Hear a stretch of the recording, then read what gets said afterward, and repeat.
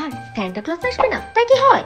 সরল শিশু মনে বড়দিনের আগের রাতে স্যান্টার কাছে কত কিছুই না উইশ করেছি, আর পরদিন সকালে সব পেয়েও গেছি। তখনও বুঝতাম না যে আমার বাবা স্যান্টা ক্লজ হয়ে আমার সব উইশ পূরণ করতো। তখন অবশ্য এত কার্নিভালস, রোড শো, লাইটিংস এগুলো ছিল না। কিন্তু প্রতিবার বড়দিনের সকাল ঘুম ভেঙে উঠে দেখতাম আমার স্যান্টা ঠিক কেক এনে আমার বিছানায় রেখে গেছে। তখন আমাদের এখানে চার্চের পাশে একটা মেলা বসতো। সে মেলায় বাবার কাছে জেদ ধরে পুতুল কিনতাম আর পাঁপড় ভাজা খেতাম। ক্রিসমাস ট্রি আর এই স্যান্টা টুপি তখন আমাদের গ্রামে আসে। বদলে হাতে বেলুন নিয়ে বাবার ঘাড়ে উঠে মেলার থেকে বাবার সব থেকে আদরের এই আমি ঘরে ফিরতাম। সে সময় বাবা দেখাতো কিভাবে একটা তারার থেকে যিশুর জন্ম হয়েছে, আর সেভাবেই একটা তারার থেকে নাকি আমিও জন্মেছি। বড়দিনে যা যা কেনার বায়না ধরতাম বাবা সব কিনে দিত। ছোট ছিলাম তাই বুঝিনি যে বাবা তার কষ্টার্জিত অর্থ কিভাবে আমার একটুখানি খুশির জন্য খরচ করে চলেছে। আজ বুঝি আসল স্যান্টাকে চিনে গেছি। এখন তো সে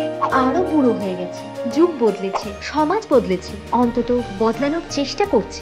আমি মেয়ে তো কি, এখন আমি আমার স্যান্টার সব ইচ্ছে পূরণ করি। এখন আমি হয়েছি যে বাবার মতো বড়।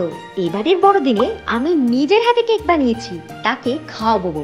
বাবা, এটা তোমার জন্য, আর সঙ্গে এটাও পড়ো। কিন্তু আমার বাবা my real hero, my real Santa.